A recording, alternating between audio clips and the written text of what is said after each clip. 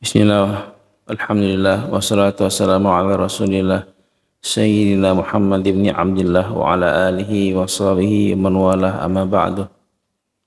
Bismillahirrahmanirrahim. Rabbi yassir la tu'assir, Rabbi tamim bil khairi ajma'in, ya fattahu ya alim, ya razaqu ya karim, iftah alaina futuhal arifin. Allahumma anfa'na bima 'allamtana wa 'allimna ma yanfa'una wa zidna ilman ya rabbal alamin. Allahumma faqihna fid din wa 'allimna at-ta'wil wa hdina ila sawa'is sabil. Allahumma amin.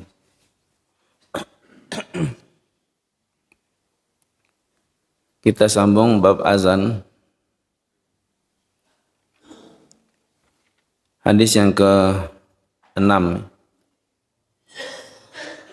An Jabir bin Samurah radhiyallahu ta'ala anhu qala sallaitu ma'an nabiy sallallahu alaihi wasallam al-aidain ghayra marratin wala marratain bi ghairi adhanin wala iqamah, rawahu Muslim wa nahwu fil muttafaq alaih an Ibn Abbas radhiyallahu anhuma wa ghairihi. Dari Jabir bin Samurah radhiyallahu anhu, dia mengatakan, aku salat bersama Nabi sallallahu alaihi wasallam Idul Fitri dan Idul Adha. Salat Idul Fitri dan Idul Adha. Bukan sekali, bukan dua kali. Artinya sering, ya. Idul Fitri dan Idul Adha. Salat bersama Rasulullah SAW tanpa azan dan tanpa iqamat. Tanpa azan dan tanpa iqamah. Ini menunjukkan bahwa salat yang diazankan dan diiqamahkan hanya salat 5 waktu. Selain salat 5 waktu, maka tak ada azan dan tak ada iqamah. Baik salat apapun, Pak, ya. Idul Fitri, Idul Adha, enggak ada azan dan iqamah. Salat jenazah enggak ada azan dan iqamat. Salat istisqa, salat kusuf, salat khusuf, ya, salat apapun selama waktu, ya, dan salat Jumat. Salat Jumat itu pengganti salat zuhur. Ya. Selain salat 5 waktu tidak disunnahkan azan dan tidak disunnahkan iqamah. Tetapi ulama mengatakan apakah disunnahkan nida? Nida itu panggilan untuk salat. Ya, panggilan untuk salat. Apa contohnya? As-salatu jami'ah, as-salatu jami'ah, as-salatu jami'ah, sallu li sunnati. Apa? Tarawih atau witir atau Idul Fitri Idul Adha. Jami'atan rahimakumullah. Apakah disunnahkan nida atau enggak? Maka Imam Syafi'i, Imam Abu Hanifah mengatakan tetap disunnahkan nida. Nida sunnah. Jadi sebelum solat itu dipanggil orang as-salatu jami'ah, as-salatu jami'ah sebagai pengganti azan dan qomat. Nah, tapi menurut mazhab Maliki dan sebagian mazhab Hambali mengatakan bahwa nida tidak sunnah. Jadi solat saja. Sebelum solat enggak ada azan, tak ada qomat, tak ada nida. Langsung sholat aja, insyaallah. Maka kalau di Mekah tuh, ya, kalau kita haji kan, kalau kita sholat Idul Adha, tahu takbir imam, Allahu Akbar, tak tahu menahu gitu, tak ada tertanda sebelumnya, itu takbir langsung. Bergegaslah kita makmum ikuti imam, ya. Nggak ada azan, tak ada qomat, dan tak ada nida. Nida itu memanggil untuk sholat. Kalau di Indonesia kan pakai nida kan, pakai Bilal. Insyaallah. Itu sunnah hukumnya dalam mazhab Syafi'i dan dalam mazhab Abu Hanifah. Berikutnya An-Nabi Qatadah radhiyallahu anhu fil hadits tawil fi naumihim 'anis salat thumma adzanna Bilal fa shalla an-nabiy sallallahu alaihi wasallam kama kana yasna'u kulla yawm, rawahu Muslim. Wa an Jabir radhiyallahu anhu anna an-nabiy sallallahu alaihi wasallam ata al-Muzdalifah fa shalla biha al-maghrib wal isya bi adzanin wahidin wa iqamatain. Wa an Ibnu Umar radhiyallahu anhuma jama'a an-nabiy sallallahu alaihi wasallam bainal maghrib wal isya'i bi iqamatin wahidatin wa zada Abu Daud li kulli salatin wa fi riwayatin lahu wa lam yunadi fi wahidatin minhuma. Dari Abi Qatadah radhiyallahu anhu dalam hadis yang panjang tentang sahabat dan Nabi tertidur daripada salat subuh. Kemudian Sayyidina Bilal azan. Sayyidina Bilal azannya kapan? Setelah matahari terbit. Azan subuh setelah matahari terbit. Karena Nabi dan para sahabat semua tertidur semua. Semua tertidur. Terbangunkan oleh panasnya matahari. Ya, pertama kali bangun adalah Rasulullah SAW. Nabi bangun, astagfirullah. Tertidur semuanya. Ya. Itu enggak dosa, Pak. Tak disebut meninggalkan sholat. Jadi Nabi SAW suruh Sayyidina Bilal untuk azan. Bagaimana hukumnya sholat faitah, sholat yang ketinggalan diazanin? Kan sholat kan pada waktunya, itu sunnah azan. Sekarang kita laksanakan sholat di luar waktu, di qadha. Apakah sunnah azan dan qomat atau enggak?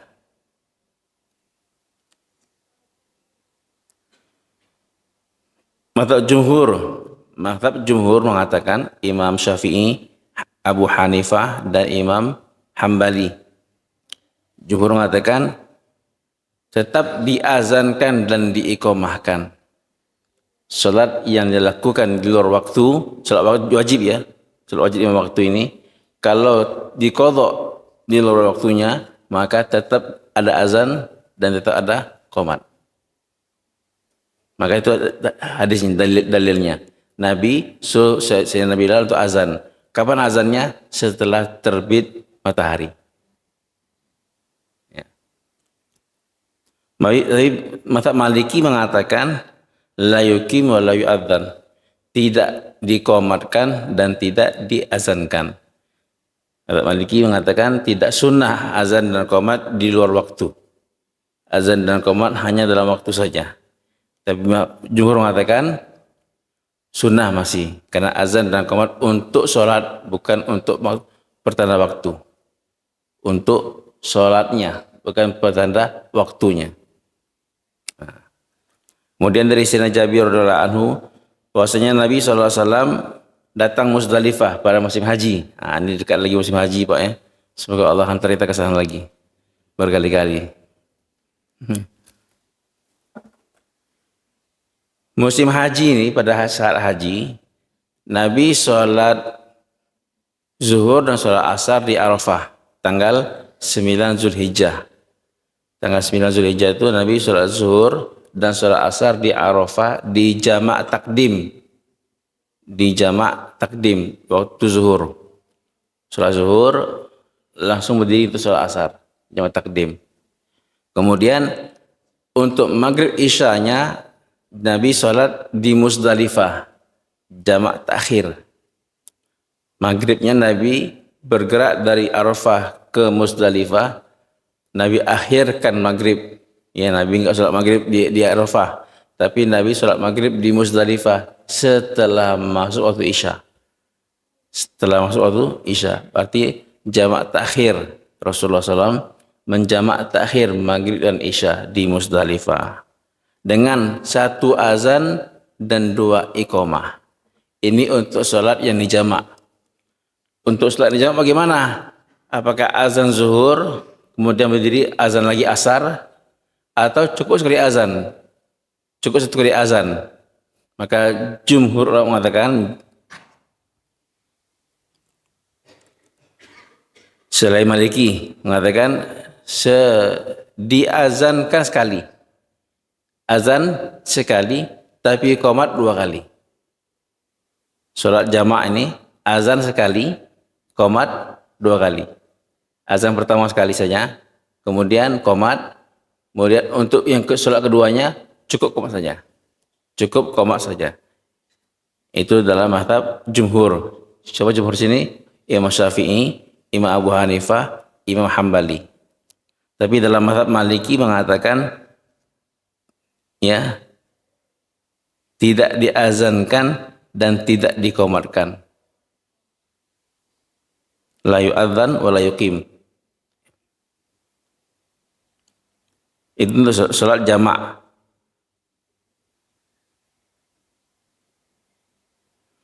Kemudian azan dan qomat ini apakah disunnahkan juga bagi orang yang sholat sendirian? Atau disunnahkan bagi yang berjamaah saja?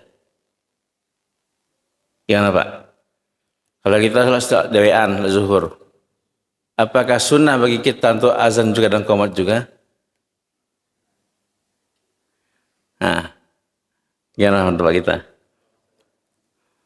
Menurut jumhur ulama, disunnahkan azan dan qomat bagi orang yang sholat sendirian. Tetap disunnahkan. Ya, karena azan dan qomat ini untuk sholat lima waktunya.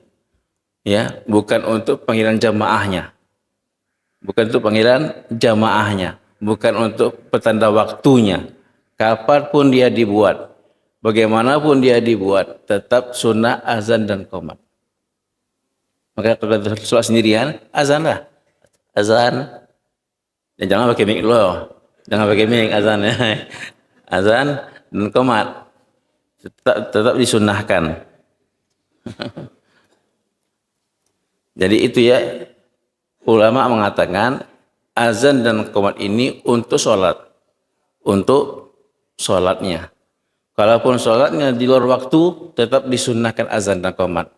Walaupun sholatnya bersendirian, sendiri-sendiri, tetap disunahkan azan dan qomat. Minimal qomat kalau tak azan. Ya, minimal qomat. Nah, sekarang ini kalau seandainya berjamaah, orang di masjid sudah selesai jamaah. Selesai jamaah. Berarti sudah ada azan kan? Ada azan. Kita datang sendirian. Kita datang sendirian. Bagaimana? Apakah sunnah azan di tempat yang sudah pernah diazankan? Maksudnya 2 kali. Apakah sunnah azan di tempat yang sudah diazankan? Seperti tadi. Ya, jamaah pertama sudah sholat, kita datang sendirian. Apakah sunnah? Maka kata jumhur ulama mengatakan yakfi, cukup sekali azan. Cukup sekali azan. Kalau di masjid itu sudah diazan sekali, maka cukup 1 kali azan. Orang yang datang berikutnya atau jamaah datang berikutnya tak perlu azan lagi. Cukup qomat saja. Cukup qomat saja. Tapi satu kaul dalam mazhab Syafi'i mengatakan tetap sunnah diazankan. Sunnah diazankan. Jadi dalam mazhab Syafi'i apa hukum azan, Pak? Hukum azan dalam mazhab Syafi'i adalah sunnah kifayah. Sunnah kifayah. Sebagaimana fardu wajib ada 2, fardu ain dan fardu kifayah. Maka sunnah pun ada 2 macam. Ada sunnah ain, ada sunnah kifayah. Sunnah kifayah apa artinya? Apabila 1 atau 2 orang telah melakukannya, maka gugurlah ya perintah untuk berbuat kepada yang lainnya. Yang lain enggak diminta lagi untuk buat. Itu sunnah kifayah. Ya. Dalam mazhab Syafi'i, sunnah kifayah itu cuma 7. Ya, selain itu sunnah ain atau fardu kifayah. Yang sunnah kifayah dalam mazhab Syafi'i hanya 7. Kita mazhab Syafi'i kita kan hanya 7. Apa yang pertama? Yang pertama memberikan salam bagi jamaah. Memberikan salam bagi jamaah. Apa kau memberikan salam? Sunnah enggak? Sunnah. Tapi kalau kita berjamaah, kalau kita ada 10 orang, kita lewat satu rombongan, maka jamaah itu sunnah memberikan salam, tapi enggak sunnahnya ain. Bukan satu berikan salam. Cukup 1 orang di antara mereka yang memberikan salam, sudah cukup. Itu disebut sunnah kifayah. Sunnah memberikan salam bagi jamaah. Ya. Paham insyaallah Pak ya? Menjawab salam hukumnya wajib menjawab salam. Tapi memberikan salam sunnah. Sunnah kifayah kapan? Kalau berjamaah. Jadi yang di depan saja cukup dengan assalamualaikum, assalamualaikum. Yang belakang nggak usah lagi. Ya, tak diperintahkan lagi. Itu pertama, sunnah memberikan salam. Yang kedua, korban, udhiyah, korban. Korban itu sunnah kifayah hukumnya. Sunnah kifayah atas satu rumah. Kalau satu rumah, bapak, ibu, anak, satu orang sudah korban, maka perintah berkorban sudah habis. Maksudnya apa? Tak lagi diperintahkan pada semua orang. Satu rumah cukup satu orang. Tapi kalau satu rumah, semua orang dikorbankan, bagus. Tapi sunnah kifayahnya adalah satu orang. Itu korban. Yang kedua korban. Yang ketiga, makan berjamaah. Makan berjamaah. Kalau kita makan berjamaah, satu nampan per orang. Cukup satu orang baca bismillah. Bismillah. Maka yang lain enggak diminta lagi. Cukup satu orang baca bismillah. Membaca bismillah dalam makan berjamaah. Itu hukumnya sunnah kifayah. Yang keempat, tashmitul atis, menjawab orang bersin. Hajim, alhamdulillah kata saya. Maka bapak mendengarkan sunnah, baca ya rahmatullah, itu sunnah kifayah. Menjawab orang yang bersin itu sunnah kifayah. Kalau satu orang sudah menjawab, yang lain tak dituntut lagi. Sunnah kifayah. Yang kelima, perkara yang sunnah dalam penyelenggaraan mayit.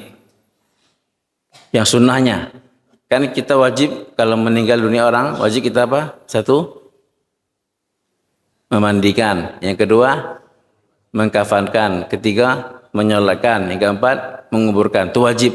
Fardu kifayah. Fardu kifayah. Dalam memandikan ada sunnah-sunnahnya. Sunnahnya mendahulukan yang kanan dari yang kiri, di atas dulu dengan 3 kali basuhan. Itu sunnah semua. Dalam memandikan ada sunnahnya. Dalam mengkafani ada sunnahnya. Dalam menyolati ada sunnahnya. Dalam menguburkan ada sunnahnya. Maka sunnah-sunnah dalam penyelamatan mayat tadi adalah sunnah kifayah. Sunnah kifayah. Itu 5. Yang keenam dan ketujuh adalah azan dan qomat. Di masjid, satu orang aja azan. Maka yang lain enggak diminta lagi. Kalau sunnah ain, lama kita sholat jamaah. Ya, satu orang azan. Qomat juga satu orang. Makanya yang lain sudah tidak diminta lagi. Itu 7 perkara yang sunnah kifayah dalam mazhab Syafi'i. Selain itu adalah sunnah ain atau fardu kifayah. Ya. Ada yang mengatakan salat tarawih adalah sunnah kifayah, tapi dalam mazhab Syafi'i sunnah ain. Sunnah ain salat tarawih berjamaah. Ya. Ada salat istisqa, ada yang mengatakan salat jamaah nih, salat 5 waktu berjamaah. Salat zuhur, asar, maghrib, isya berjamaah adalah sunnah kifayah. Tapi dalam mazhab Syafi'i yang lebih kuatnya adalah fardu kifayah. Salat berjamaah nih waktu hukumnya apa? Fardu kifayah, bukan sunnah kifayah. Fardu kifayah. Insyaallah.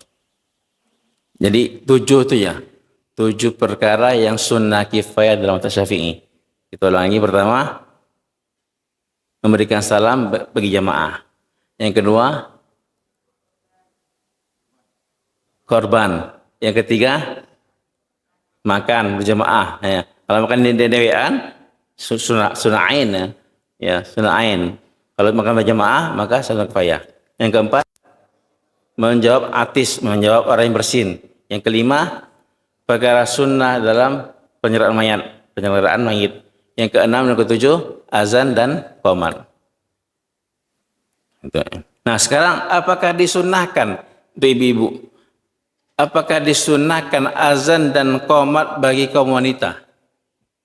Seandainya ini pegang untuk ibu-ibu khusus, di masjid atau di manapun, khusus ibu-ibu, tak ada laki-lakinya. Mereka mau sholat jamaah. Apakah untuk berjamaah kaum wanita ini disunahkan azan dan qomat? Oh, ini ibu-ibu. Nah, maka untuk kaum wanita disunahkan bagi mereka qomat saja. Dalam mazhab Syafi'i disunahkan qomat saja. Sebelum sholat qomat, sholatlah. Tidak disunahkan azan. Karena azan ini dengan suara yang tinggi, sedangkan para wanita disuruh dalam syariat untuk merendahkan suaranya. Maka disunahkan qomat saja. Dalam mazhab Abu Hanifah dan Hambali, itu Syafi'i dan Maliki sunnah qomat saja. Kalau ibu nanti ada acara khusus ibu sebelum sholat qomat saja. Satu orang qomat. Oke, ibu-ibu juga harus tahu lafaz qomat. Lafaz qomat. Agak suruh qomat, lupa lafaz qomat ya. Tapi dalam mazhab Abu Hanifah dan dalam mazhab Hambali mengatakan makruh. Makruh bagi kaum wanita untuk azan dan qomat walaupun jamaah mereka sendiri, tak laki-laki. Makruh. Jadi kalau kaum wanita ingin berjamaah, langsung jamaah ya, langsung sholatnya. Tak perlu azan, tak perlu qomat. Bagi dalam mazhab Abu Hanifah, dalam mazhab Hambali. Nah, itu ya. Ani Ibnu Umar radhiyallahu anhu wa Aisyah radhiyallahu anhuma qala Rasulullah sallallahu alaihi wasallam inna bilalan yu'adzinu bilailin fakulu washrabu hatta yunadi Ibnu Maktum wa kana rajulan a'ma la yunadi hatta yuqala lahu asbahta muttafaqun alaihi fi akhir idraj. Bahwasanya Rasulullah SAW bersabda, sesungguhnya Bilal azan di waktu malam. Nah, subuh ini sunnah yang ditinggalkan nih. Sunnah yang ditinggalkan dalam mazhab Syafi'i apa? Azan subuh 2 kali. Nah, di Jambi mana masjid-masjid yang itu azan 2 kali? Mungkin di Indonesia ini sedikit sekali. Azan ini subuh 2 kali. Ya, subuh itu azan 2 kali. Azan yang pertama sebelum waktunya, azan kedua pada waktunya. Maka azan yang pertama diazankan oleh Sayyidina Bilal. Sayyidina Bilal radhiyallahu anhu. Azan yang kedua pada waktunya diazankan oleh Abdullah bin Ummi Maktum. Ya. Maka subuh sunnahnya azan 2 kali. Kami di pondok cuman bisa diamalkan waktu Ramadan. Waktu bulan Ramadan 2 kali azan. Ya. Azan yang pertama azan tahajud, yang kedua azan subuh. Jadi yang pertama itu azan tahajud. Fungsinya apa azan tahajud ini? Membangun yang tidur. Yang tidur bangun, tahajud. Nah, cara bangunkannya dengan azan. Ya. Yang kedua, supaya orang yang berpuasa ada waktu untuk bersahur. Memberikan waktu pada orang berpuasa untuk bersahur. Ya. Yang ketiga, menidurkan orang yang terbangun. Nah, di zaman sahabat dahulu, umat terbagi 2. Orang terbagi 2. Ada yang menggunakan malamnya setengah malam untuk beribadah, setengah malam untuk istirahat. Ada yang menggunakan malamnya 2 juga. Setengah malam untuk istirahat, setengah malam untuk ibadah. Maka batas kedua ini ditandai dengan azan. Ya, azan yang pertama fungsinya membangunkan orang yang tidur dan menidur orang yang bangun. Nah, ini waktu tidur lagi. Ya, gantian, shift-shiftan. Ya. Itu fungsi azan yang pertama. Tapi azan yang pertama sholat subuh, azannya seperti biasa. Seperti sholat biasa, tidak pakai as-salatu khairun minan naum. Ya, yang pakai as-salatu khairun minan naum hanya waktu subuh saja. Azan subuh yang kedua. Azan subuh yang kedua itu azan waktu, azan pada waktunya. Menunjukkan apa? Waktu subuh masuk. Waktu subuh masuk, waktu puasa masuk. Sekarang sholat dihalalkan, makan diharamkan. Paham ya? Azan subuh yang kedua menghalalkan sholat, mengharamkan makan. Dengan azan subuh yang kedua, sholat subuh boleh. Sholat subuh boleh. Tapi makan sudah nggak boleh bagi yang puasa. Tapi azan yang pertama mengharamkan sholat, menghalalkan makan. Apa artinya? Setelah azan yang pertama tadi, sholat subuh boleh nggak? Tak boleh, belum masuk waktu, haram sholat subuh. Tapi makan boleh. Itu fungsinya azan subuh yang kedua kali. Biasanya kalau di pondok-pondok besar ya, di Jawa-Jawa itu yang buat azan 2 kali itu jaraknya 1 jam. Jaraknya 1 jam. Misalnya subuh masuk jam 4, maka jam 3 sudah azan pertama. Jam 3 sudah azan yang pertama. Nanti jam 4 azan kedua. Itu sunnah yang hampir ditinggalkan. Ya, banyak sunnah secara hampir ditinggalkan. Sehingga orang-orang menjadi heran, azan apa ini? Azan apa ini? Apalagi di kampung ya, pakai mic lagi masjidnya. Sesat ini kata orang. Itu kita tahu ya, bahwa subuh ada 2 kali azan. Pertama sekali sejarahnya, yang azan yang pertama dibuat oleh Abdullah bin Maktum, orang buta.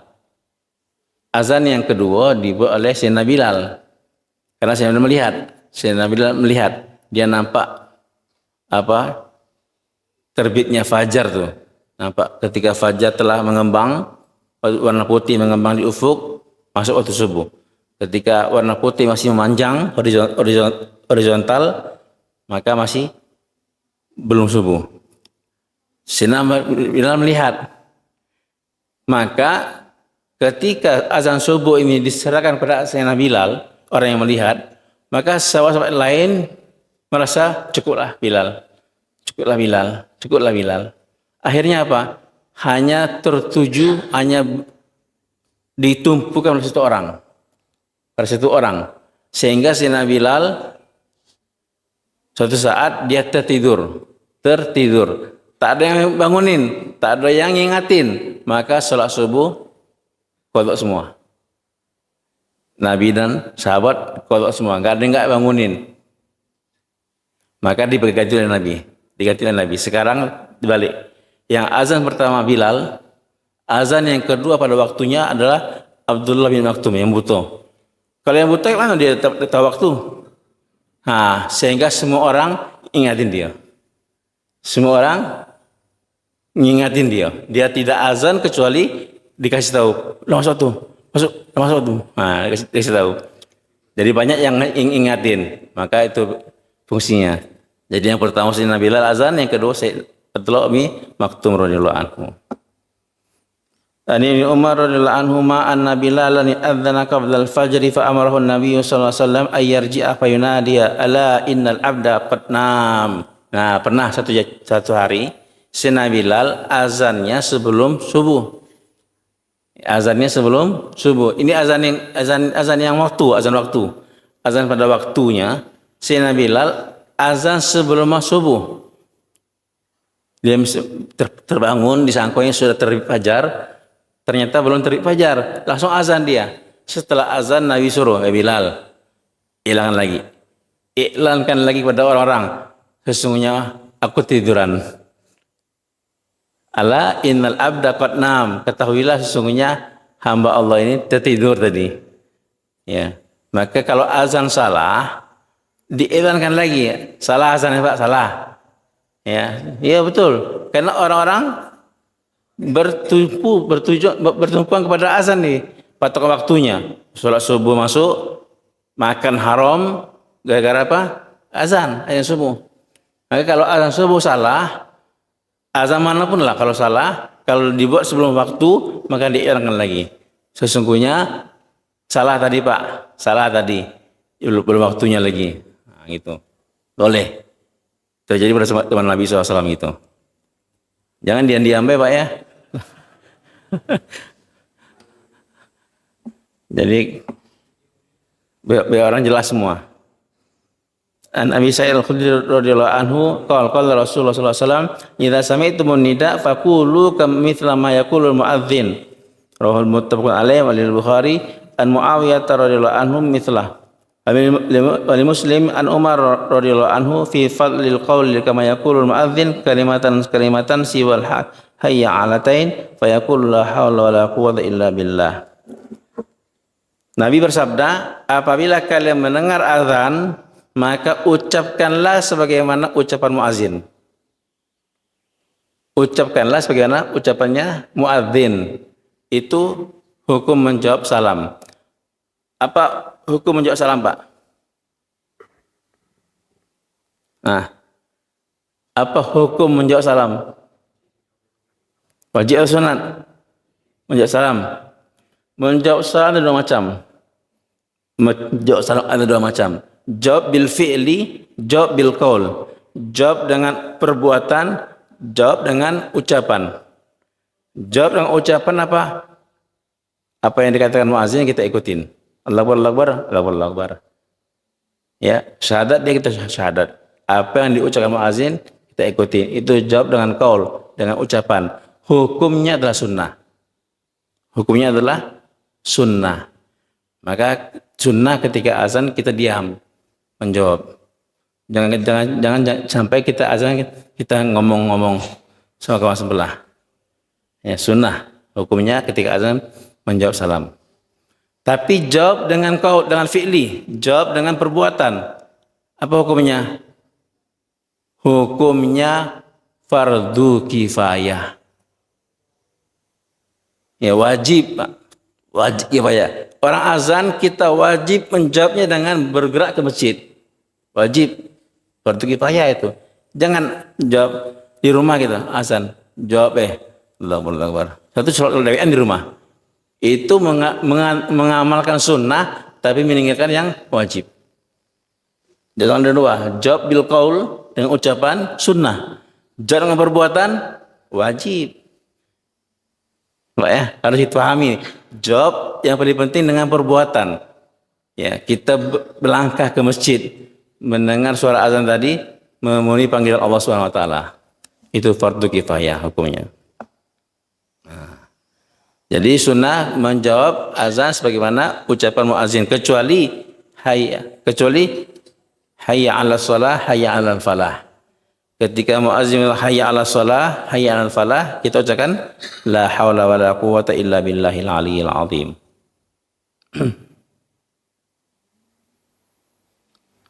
Bagaimana dengan orang sedang baca Quran? Azan.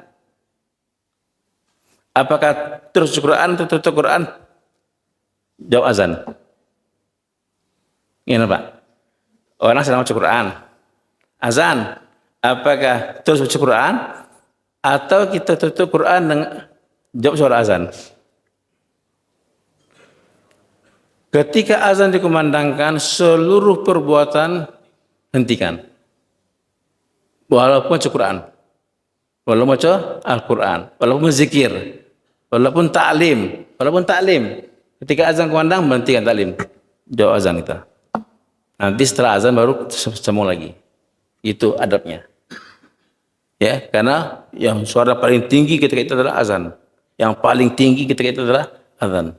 Amalan paling tinggi. Maka itu sunnah kita menghentikan semua perbuatan kita. Kecuali kalau kita sholat. Kalau kita sholat sunat atau sholat wajib. Apakah ketika kita sholat sunat, orang azan, apakah kita berhenti sholat sunat? Hah? Berhenti sholat sunat? Lanjutkan sholat sunat. Lanjutkan sholat sunat. Jangan berhenti, jangan batalkan. Ya. Nah, tetapi apakah sunnah menjawab azan? Lagi sholat sunat? Allahu Akbar. Allahu Akbar. Sunnah menjawab azan ketika sholat sunat? Hah? Apa hukumnya? Imam Maliki mengatakan tetap menjawab azan. Walaupun sholat sunat. Walaupun sholat sunat. Kenapa? Karena kalimat yang diucapkan tadi kalimat bahasa Arab semua. Kalimat zikir semua. Allah Akbar, Allah Akbar. Asyhadu an la ilaha illallah, asyhadu anna Rasulullah. La harta illal lazim, la harta illal lazim. La ilaha illallah. Itu batal sholat kita. Batal enggak sholat kita dengan ucapan itu? Enggak batal. Enggak batal. Maka dalam mazhab Maliki mengatakan orang yang sholat sunnah tetap menjawab azan. Tapi jumhur ulama mengatakan tidak menjawab azan. Menjawab azannya setelah salam. Jadi boleh kita Pak mengqadha azan. Mengqadha dalam menjawab azan. Contohnya apa? Dalam sholat sunat. Kita sholat sunat, teruskan sholat sunat kita, teruskan.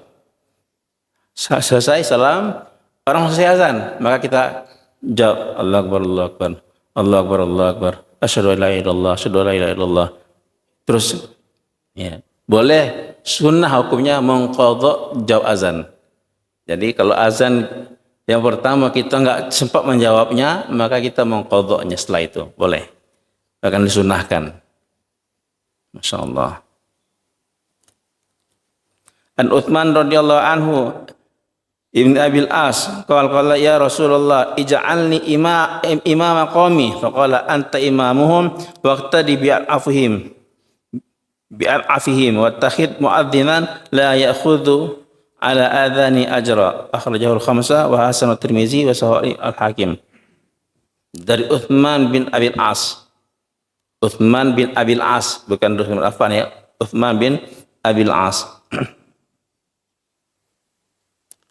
Nabi menggunakan dia di kota Taif. Ya, di kota Taif dia imamnya. Di kota Taif. Maka kata-kata Utsman bin Abil As, ya Rasulullah, jadikanlah aku imam bagi kaumku. Boleh enggak minta imam? Jadikanlah aku imam bagi kaumku di kota Taif. Boleh enggak? Nah, pertanyaan boleh nggak minta jadi imam? Kalau kita layak dan kita lihat tidak ada yang lain gantikan kita, maka kita boleh minta imam.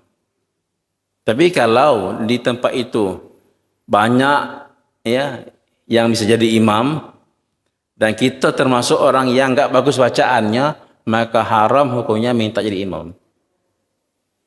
Ya. 3 perkara ya. Ya. Ada beberapa perkara lah ya yang tak boleh diminta. Tak boleh diminta. Jadi imam, jadi pemimpin itu enggak boleh diminta. Maka caleg-caleg sekarang ini enggak boleh sebenarnya karena Islam. Ya. Caleg-caleg itu sebenarnya enggak boleh minta jadi pemimpin. Ya. Maka Rasulullah SAW bilang pada Utsman bin Affan, anta imamu, engkau imam mereka. Karena keadaan situ tidak ada orang lain kecuali dia. Engkau imam mereka. Engkau imam di Taif. Dan carilah seorang muazin, kata Nabi. Carilah seorang muazin yang dia azan tanpa upah. Nah, ini hukum mengambil upah dalam azan. Nabi mengatakan, carilah seorang muazin yang dia azan tanpa diupah. Apa hukum azan? Jadi gori masjid lah, ya, gori masjid. Tapi tugasnya azannya azan, tapi diupah. Apa hukumnya Pak? Kalau gori masjid kan banyak tugasnya, membersihkan masjid, ngurus masjid. Nah, itu upahnya boleh. Oh, ya, harus diupah itu Pak ya, gori masjid itu. Kalau nggak diupah, gimana orang muslim? Nah, tapi kalau tugasnya hanya azan saja. Azan, ini yang sekarang ini azan sama sekali seminggu. Azan Jumat, diupah lagi. Masya Allah. Azan Jumat sekali seminggu cuman, diupah lagi. Apa hukumnya Pak? Ini kan jadi kita kan. Jumat itu pengeluaran masjid itu Jumat untuk khotib dan untuk Bilal. Makruh hukumnya. Makruh hukumnya mengambil upah dalam ibadah kita. Kita azan nggak azan tetap kita sholat. Tetap kita sholat. Tetap kita beribadah kepada Allah. Maka mengambil upah dalam ibadah kita makruh hukumnya.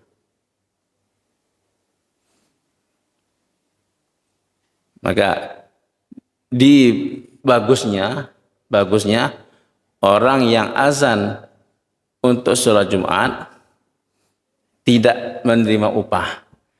Tapi pihak masjid ngasih. Tapi yang dikasih menolak. Itu bagus. Pihak masjid ngasih.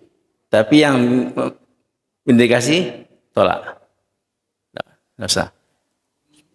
Harus 1.000 cuman. Untuk kasab ya tahu di berapa teman. Ya.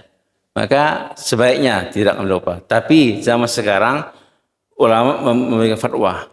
Zaman sekarang karena jauhnya umat daripada agama, ya berubah suasana keduniaan semua, maka dibolehkan. Tapi tetap hukum asalnya lebih afdol, tidak terima, tapi dibolehkan menerima upah. Fatwa sama sekarang dibolehkan, jangan takut, dibolehkan, Pak. Karena telah berubah betul zaman. Orang tak mau kerja, tak mau maju, tak mau buat sesuatu kecuali diupah. Ya, zaman sekarang penuh dengan upah-upah semua. An Malik bin Al-Huwairits radhiyallahu anhu qala an-nabiy sallallahu alaihi wasallam idza hadratis shalah falyu'adzin lakum ahadukum. Apabila waktu salat masuk kata Nabi, maka hendaknya satu orang azan. Orang yang azan ini siapa? Tadi kita dalam minggu kemarin kita telah mengatakan tentang siapa yang azan sebenarnya. Sekarang pertanyaannya, boleh nggak yang azan itu yang jadi imam? Dia azan dan dia jadi imam. Ya, kata Nabi, kalau waktu sholat masuk, hendaklah azan salah seorang kalian. Nah, kalian ini siapa? Apakah selain imam? Atau boleh juga dia azan dia imam? Bagaimana, Pak? Boleh seorang itu merangkap, ya, organ tunggal artinya. Organ tunggal, dia azan, dia qomat, dia imam, boleh, sah. Ya, tak ada yang lain, boleh.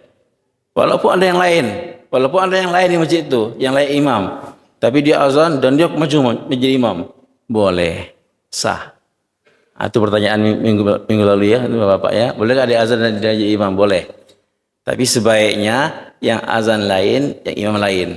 Kenapa? Karena contohnya di Rasulullah SAW, yang azan orang lain, Sayyidina Bilal, imam Rasulullah. Yang imam tidak ambil tugas azan, yang azan tak ambil tugas imam. Itu sebaiknya. Nah, kalau jadi organ tunggal boleh nggak? Sah saja. An Jabir radhiyallahu anhu anna Rasulullah sallallahu alaihi wasallam qala li Bilal, "Idza adzanta fatarassal wa idza aqamta fahdur waj'al baina adzanika wa iqamatika miqdara ma yafrughul akilu min aqlihi." Al hadits rawahu Tirmizi wa dha'afah. Nabi bersabda kepada Sayyidina Bilal, "Wahai Bilal, apabila engkau azan, maka pelan-pelanlah. Fatarassal, pelan-pelan. Kalau engkau qomat, maka cepat-cepat. Disegerakan. Jadi sunnahnya kalau azan nih pelan. Allahu akbar, Allahu akbar. Allahu akbar, Allahu akbar. Pelan-pelan. Kalau qomat sunnah cepat-cepat, tapi cepat-cepat dengan jelas. Allahu akbar, Allahu akbar. Asyhadu an la ilaha illallah. Asyhadu anna Muhammadar Rasulullah. Hayya 'alas salah, hayya 'alal falah. Qad qamatis salatu, qad qamatis salah. Allahu akbar, Allahu akbar. La ilaha illallah. Itu maksud cepatnya itu cepat tapi jelas dan huruf-hurufnya jelas. Ya. Jangan cepat satu nafas. Ya Allah Akbar, la ilaha illallah, cepatnya tetap cepat tapi di al-jarak ada bernafas antara kalimat qomat itu. Allah Akbar, Allahu Akbar, asyhadu an la ilaha illallah, berhenti nafas. Asyhadu anna Muhammadar Rasulullah, berhenti bernafas. Hayya 'alas shalah, berhenti bernafas. Hayya 'alal falah. Banyak qomat orang salah. Ya, Allahu Akbar, asyhadu an la ilaha illallah, asyhadu anna Muhammadar Rasulullah, hayya 'alas salati, hayya 'alal falah, disambungnya. Disambung hayya 'alas salati, hayya 'alal falah, salah. Yang benar hayya 'alas salah satu nafas, hayya 'alal falah satu nafas. Itu yang benar. Walaupun pendek kan, hayya 'alas salati, hayya 'alal falah, disambung. Enggak sunnah. Yang sunnahnya hayya 'alas shalah senapas, hayya 'alal falah senapas. Kalau kamu shalah satu napas. Ya, kalau misalnya 2 kali kan? Qad qamatis shalatu, qad qamatis shalah, 2 kali satu napas. Nah, orang banyak salah. Qad qamatis shalah, qad qamatis shalah, salah. 2 kali 2 napas salah. Yang benar apa? 2 kali satu nafas. Qad qamatis salatu, qad qamatis salat. Maka menyambungnya boleh dengan mendommahkan tu-nya. Qad qamatis salatu, qad qamatis salah. Ya, mendommahkan tu-nya. Atau menyambungnya dengan mematikan ta marbutonya. Qad qamatis salah, qad qamatis salah. Boleh. 2 caranya. Ya, menyambungnya. Qad qamatis salatu, qad qamatis salah. Bukan qad qamatis salati, qad qamatis salati, itu salah maksudnya. Ya, atau ta, qad qamatis salata, qad qamatis salah, salah juga. Yang benar tu atau mati. Tu atau mati. Qad qamatis salatu, qad qamatis salah, benar. Qad qamatis salah, qad qamatis salah, benar juga. Nah, itu ya. Mungkin satu orang prakteknya nanti insyaallah.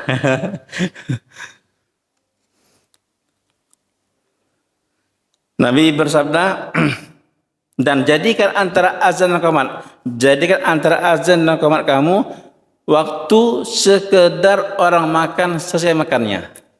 Jadi antara azan dan qomat adalah jarak waktu. Jangan langsung qomat setelah azan. Ini di Indonesia sering qomat langsung qomat setelah maghrib. Setelah maghrib azan langsung qomat, tak perlu jaraknya.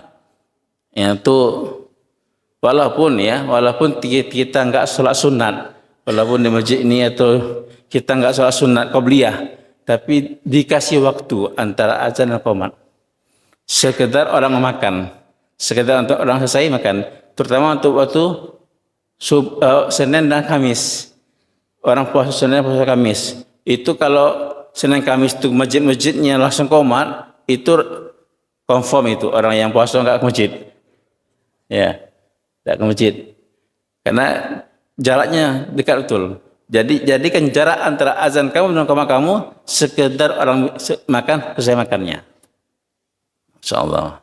Nah, itu diperbaiki Pak ya. Tapi susah perbaiki kebiasaan itu susah.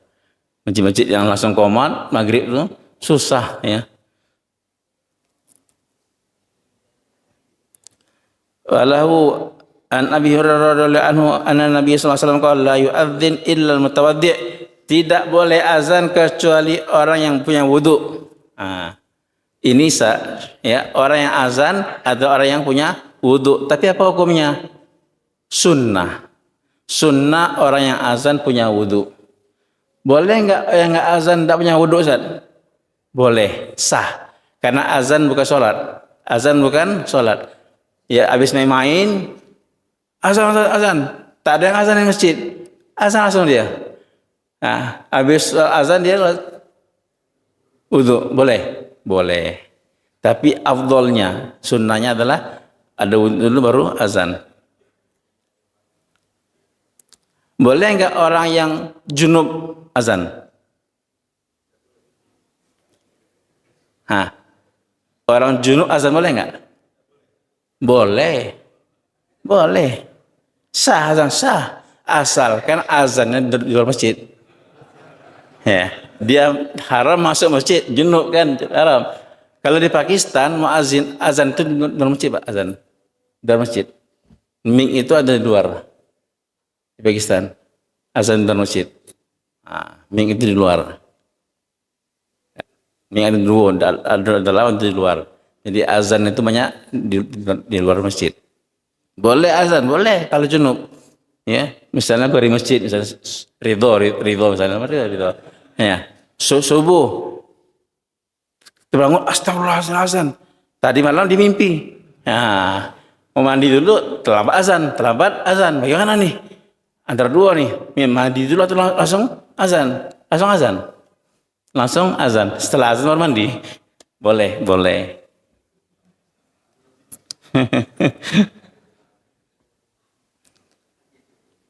Walau an Ziyad bin Al-Haris radhiyallahu anhu qala Rasulullah sallallahu alaihi wasallam, adzana fa yuqima. Ini juga. Siapa yang azan dia yang qomat. Siapa yang azan dia yang qomat. Karena iqamah adalah haknya orang azan. Ya, siapa yang azan dia yang qomat. Ini di Indonesia sering diabaikan. Yang azan lain, yang qomat lain. Nah, siapa yang azan dia yang qomat. Bahkan kalau orang yang lain qomat, yang qomat itu ingin orang lain, adabnya dia minta izin dulu sama orang azan. Benar nggak sih qomat? Izin dulu sama orang azan. Karena hak dia. Karena kita ngambil hak dia. Harus dengan izin dia. Nah, itu Pak ya. Siapa yang azan dia yang qomat.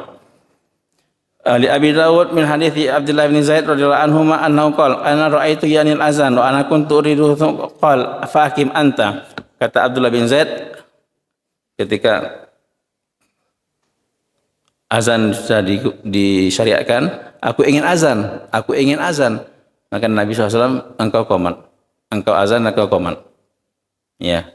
Tapi boleh enggak yang azan itu bukan yang qomat atau yang qomat bukan yang azan? Boleh enggak? Boleh, sah salatnya karena sunnah, ya. Tapi sebaiknya siapa yang azan dia yang qomat. Di zaman Nabi, qomat itu juga di luar masjid. Qomat di luar masjid. Qomat. Jadi azan naik, naik ke atas. Naik ke atap azan. Karena ada mic itu tuh. Enggak ada mic, suaranya jadi menyebar. Dan qomat di luar masjid. Di luar masjid. Sehingga Sayyidina Bilal katanya, aku tergesa-gesa untuk mendapatkan takbir ula bersama imam. Ya, habis qomat langsung masuk ke masjid. Kadang-kadang terlambat Sayyidina Bilal. Ya, itu ketika enggak ada mic. Ketika enggak ada mic. Apa hukum mic ini? Bid'ah. Ya. Mic ini boleh saja Pak ya. Alat pembesar suara. Alat pembesar suara. Bolehkan saja. Ya. Sama seperti kita baca Quran maturabun pakai kacamata. Apa hukum baca kacamata? Apa hukum baca kacamata? Bid'ah. Karena zaman Nabi enggak ada kacamata. Boleh, karena kacamata alat pembesar. Sebagaimana kacamata alat pembesar benda, maka mic alat pembesar suara. Kalau di Pakistan tuh untuk sholat 5 waktu, imam ada satu masjid ya, imam tak pakai mic. Azan pakai mic azan, tapi sholatnya imam enggak pakai mic. Imam enggak pakai mic. Ada karena satu pendapat mengatakan mic ini suara disebut suara apa namanya? Penyambung, suara orang lain. Maka kalau makmum yang tidak tahu ikut mic berarti dia ikut orang lain. Tapi itu pendapat yang lemah. Ya, khair. Wa an Abi Hurairah radhiyallahu anhu qala Rasulullah sallallahu al-muadzin amlaku bil adzan wal imam amlaku bil iqamah. Yang paling berhak untuk azan siapa? Muadzin. Yang berhak untuk qomat siapa? Maksudnya apa? Yang berhak menentukan azan atau enggak azan siapa? Muadzin. Ini sudah waktu, ini belum waktu. Yang berhak menentukan azan atau enggak azan adalah muadzin. Yang paling berhak menentukan qomat enggak qomat siapa? Imam.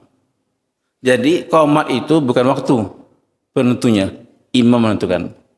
Imam maju, qomatlah. Nah, ini lah qomat. Imam enggak ada. Imam enggak ada.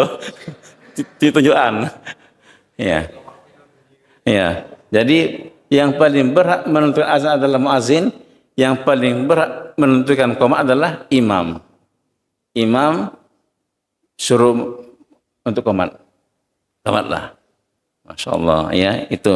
Jadi kalau imam siap untuk memimpin sholat, disuruh imam muazin untuk qomat. Kalau imam masih ada kegiatan lain, tunggu imam dulu. Nah, alhamdulillah di pondok gitu Pak ya. Di pondok kami itu yang azan muazin yang menentukan. Tapi kalau qomat itu suruh imam yang nyuruh. Anas radhiyallahu anhu qala Rasulullah sallallahu alaihi wasallam la yuraddu du'a bainal adzan wal iqamah. Nabi bersabda, doa tidak ditolak antara azan dan qomat. Termasuk waktu yang mustajab berdoa antara azan dan qomat. Jadi kita perbanyak berdoa. Ya, ketika itu perbanyak doa. Ketika masuk masjid orang sudah azan, mau sholat sunat kita takut kelamaan orang nunggu kita, maka kita doa berdiri menunggu qomat tadi, berdoa. Ya. Doa yang dimakbulkan oleh Allah antara azan dan qomat. Dan yang terakhir, an Jabir radhiyallahu anhu anna Rasulullah SAW qala man qala hina yasma'u nida Allahumma rabb hadhihi da'wati tammah was salatil qa'imah ati Muhammadan al-wasilata wal fadilah wa ba'athu maqamahu mahmudan alladhi wa'atta halal lahu syafa'ati yaumil qiyamah akhirul arba'ah.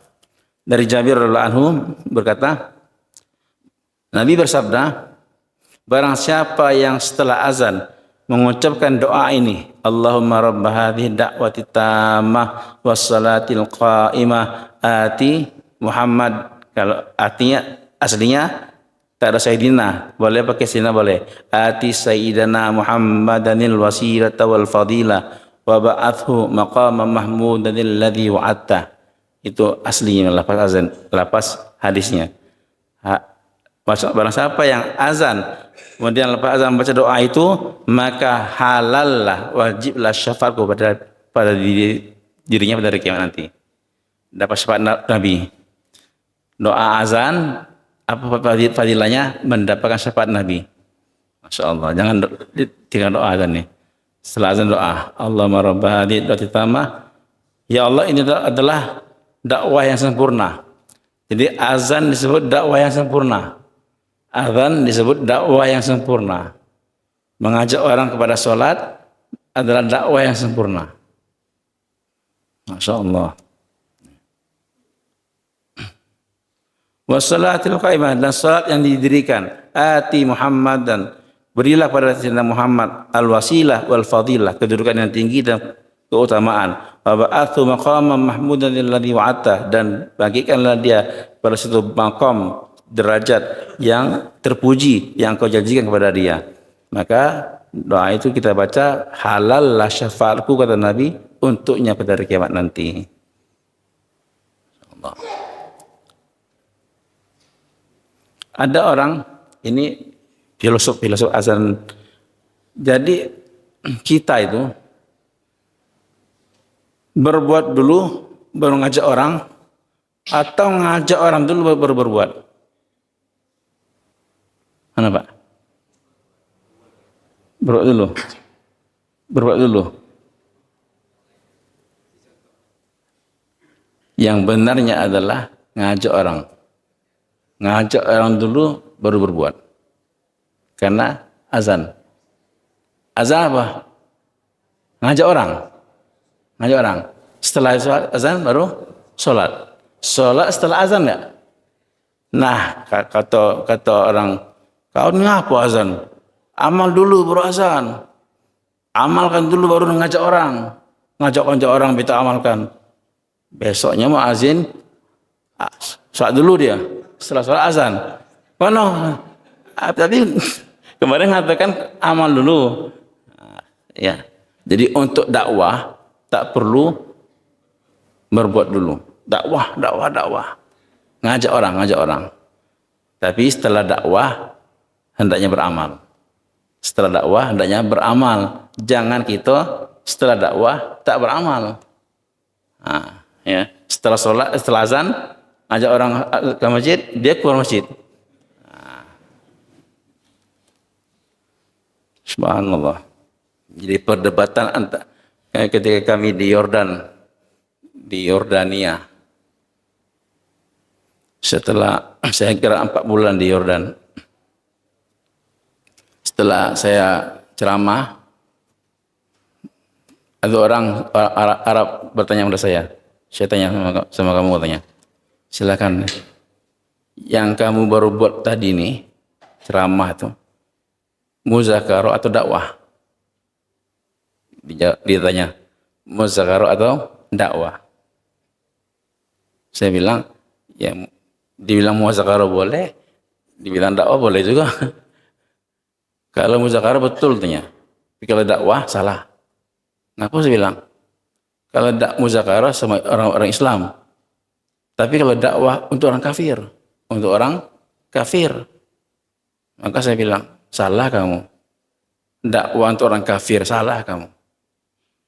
Dakwah tentu semua orang, baik pada orang kafir, orang Islam, kita dakwah. Buktinya apa? Buktinya setelah azan qomat, setelah azan doa apa? Allahumma rabbaha dzi da'wati tamma. Ya Allah, ini adalah dakwah yang sempurna. Azan itu disebut dakwah, disebut dakwah. Azan itu manggil orang kafir atau manggil orang Islam? Manggil orang apa? Orang Islam. Yang Islam. Berarti dakwah untuk Islam juga boleh. Dakwah bukan hanya untuk orang kafir saja. Dakwah pada orang Islam dan orang kafir. Oh, baru dibilang, kamu ulama katanya. Dia baru mundur ya. Muazin Bilal. Imam, khatib, muazin Bilal. Bilal itu hanya ada di Indonesia. Sebutan Bilal hanya ada di Indonesia. Ya, di Arab itu hanya muazin dan imam ya, khatib atau imam. Ya, muazin, khatib, imam. Bilal, ulama-ulama kita mengatakan diperbolehkan karena ada nida, disunahkan nida untuk sholat-sholat yang tak disunahkan azan, Idul Fitri, Idul Adha, sholat jenazah, ya, sholat-sholat yang tak disunahkan azan, disunahkan nida, memanggil orang untuk sholat jamaah. Bilal itu diambil dari bahasa di kamus Indonesia adalah arti Bilal. Tak ada. Karena di zaman Nabi dulu yang azan adalah Sina Bilal, maka dijadikanlah nama untuk yang azan itu Bilal Indonesia. Ya, itu ya sejarahnya. Ya, karena di zaman Nabi yang azan yang Nabi adalah Bilal, maka dijadikanlah dia sebutan gelar Pak Bilal. Pak Bilal, padahal namanya Pak Ahmad kan, Pak Bilal. Nah, Bilal. Korban itu satu rumah sunnah kifayah ya, satu orang korban. Bagaimana apa ulama berpendapat ini? Ikhtilaf ini kuat dalam mazhab Syafi'i. Yang dimaksud satu rumah satu orang itu apa maksudnya? Apakah satu keluarga? Apakah satu rumah? Maksudnya, misalnya saya punya anak, punya istri. Saya punya kakak laki-laki saya, punya anak, punya istri juga. Kami berdua tinggal serumah. Saya di lantai bawah, kakak saya di atas. Satu rumah, tinggal 2 keluarga. Apakah tetap disunahkan satu korban saja atau 2 korban? Nah, ulama ikhtilaf di situ. Ada yang mengatakan cukup satu korban saja karena satu rumah. Ada yang mengatakan satu rumah maksudnya satu keluarga. Tetap disunahkan 2. Saya dan kakak saya, abang saya. Nah, itu ya. Jadi silakan pilih ya, apakah maksudnya satu keluarga besar atau satu rumah. Nah, kalau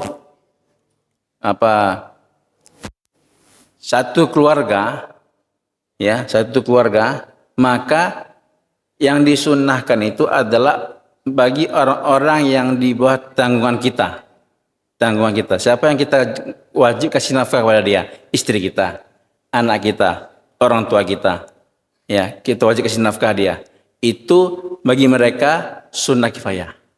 Kalau kita sudah korban, maka mereka tak korban lagi. Itu sunnah kifayah. Tapi kalau orang yang tak wajib kita nafkahi, tak wajib kita nafkahi, itu dihitung di luar keluarga. Abang kita wajib kita nafkahi. Tak wajib kita nafkahi, maka tak masuk fardu kifayah. Makan berjamaah maksudnya satu nampan banyak orang.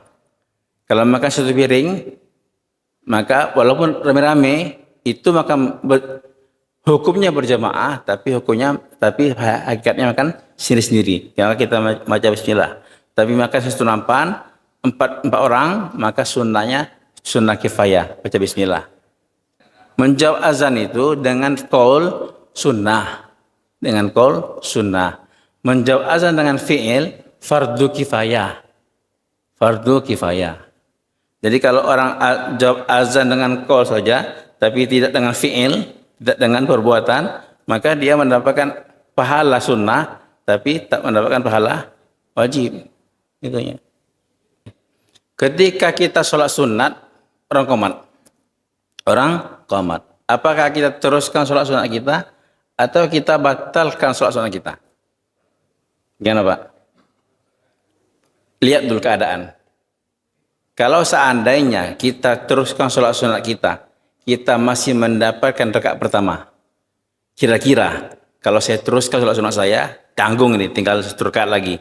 Saya teruskan sholat sunat saya, tapi nanti ngejar masih tidak dapat rakaat pertama, maka terus ke sholat sunatnya. Tak ketinggalan jamaah, tak tertinggal rakaatnya, terus ke sholat sunatnya. Tapi kalau kira-kira saya selesaikan sholat sunat saya ini, saya tertinggal jamaah, atau tertinggal takbir ula, atau tertinggal satu rakaat, maka batalkan sholat kita. Karena sunnah bersama imam lebih tinggi daripada sunnah sholat sunat. Sholat sunat apa hukumnya? Sunnah. Sholat jamaah bersama imam apa hukumnya? Sunnah juga. Maka kesunahan mana lebih tinggi? Berjamaah. Ikut imam mendapat takbir ula bersama imam, mendapat satu rakaat bersama imam, itu lebih tinggi kesunahannya ketimbang sholat sunnah. Maka kalau kita sholat sunat, kita kira-kira kalau saya teruskan sholat sunat saya, dapatkah saya satu rakaat sama imam? Kalau dapat, teruskan. Karena dua-dua dapat sunnah sholat sunat dan sunnah berjamaah dapat takbir ula. Tapi kalau tidak dapat, maka nanti kita antara dua pilihan. Maka pilih yang besar. Tinggalkan sunnah yang kecil untuk menjadi sunnah yang besar. Itu ya. Kalau di Pakistan itu sholat sunat, sholat subuhnya panjang-panjang. Sholat subuhnya panjang imamnya. Ya, suruh atur satu sholat. Surah Waqiah sekali sholat, panjang imamnya. Maka orang masuk masjid, imam sudah Akbar, dia sholat dulu ya. Kenapa? Karena sholat sunnah sebelum subuh sunnah muakkad, dan sholat jemaah sunnah muakkad juga sama. Sunnah muakkad, maka dapat kedua-duanya. Sholat sunat dapat, sholat jamaah pun dapat. Tapi kalau di Indonesia kita jangan coba Pak ya. Jangan coba. Nah, apa hukumnya orang lagi sholat sunat kita qomat? Ya, boleh saja. Boleh, tak ada dilarang. Qomat lagi sholat sunat tidak dilarang. Ya, ini pengertian yang datang terlambat. Dia asal sholat sunat. Ya, tak ngerti ya.